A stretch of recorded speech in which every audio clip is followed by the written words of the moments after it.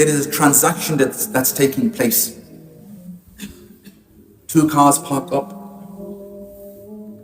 One hands over something in a cling film. And trust me, it's not Niswan. And then some money is exchanged. And then drive off. In broad daylight. What gives them the courage to do this? Outside the house of Allah. I'm generally speaking, outside the house of Allah. Broad daylight. Where there's people going to the masjid, coming out of the masjid, they have no fear. My first Jummah after Ramadan, I led up north. And the Imam came to me on Thursday night. The Imam of that masjid and the other Imam was a Mufti. They came to me on Thursday night after Maghrib. They said, Sheikh, are you with us tomorrow? I said, yes. They said, can you lead the Jummah tomorrow? I said, I don't mind, inshallah. They said, but there's one topic we want you to speak about. I said, what's that? They said, drugs. I said, no problem.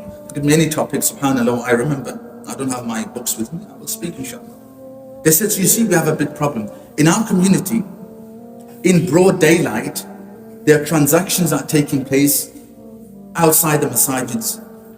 And parents know it's their children, but they've ignored the problem. Elders and others know there's a problem, they've ignored the problem. So the Imam said to me, he said, during Ramadan, I spoke about two things. And he said, there was a bad reaction in the community, so I would like you to lead tomorrow because you are an outsider, you are a neutral, and to add some clarity to this issue. He said, I said two things that had a very bad reaction. Number one is, don't eat in the house of a drug dealer. Don't eat in the house of a drug dealer where you know that the income is haram. The main person in that household who's bringing the income is a drug dealer.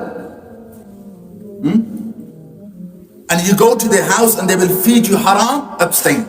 Don't go to the house, don't eat from their house. He said that had a bad reaction. He said, number two, I made the point that a drug dealer who dies and you know him, that he's been dealing drugs, the imams should not lead their janazah salah. No imam should lead their janazah salah. He said, I mentioned these two problems and there was a very bad reaction that people do. They go outside in their little groups and they start talking, oh, the imam said this, the sheikh said this. So he said, can you please add some clarity? I said, as for point number one, you've got a point. If you know for certain that somebody in that household, the main person, is selling drugs in broad daylight, most likely the main income of that house is haram. But you don't need to make it obvious. Go to the house, make an excuse. I've eaten, I've drank. But don't leave your Islamic duties, your responsibilities. Don't blank them, don't ignore them. Go to them, but abstain from the food and drink. And secondly, about leading the janazah salah, there is an issue. Some of the scholars have mentioned this. There are certain people, you must not lead their janazah salah. From them is a drug dealer, not a drug addict, because the drug addict, he's a victim. He's the one who is groomed. And every child is born innocent. Every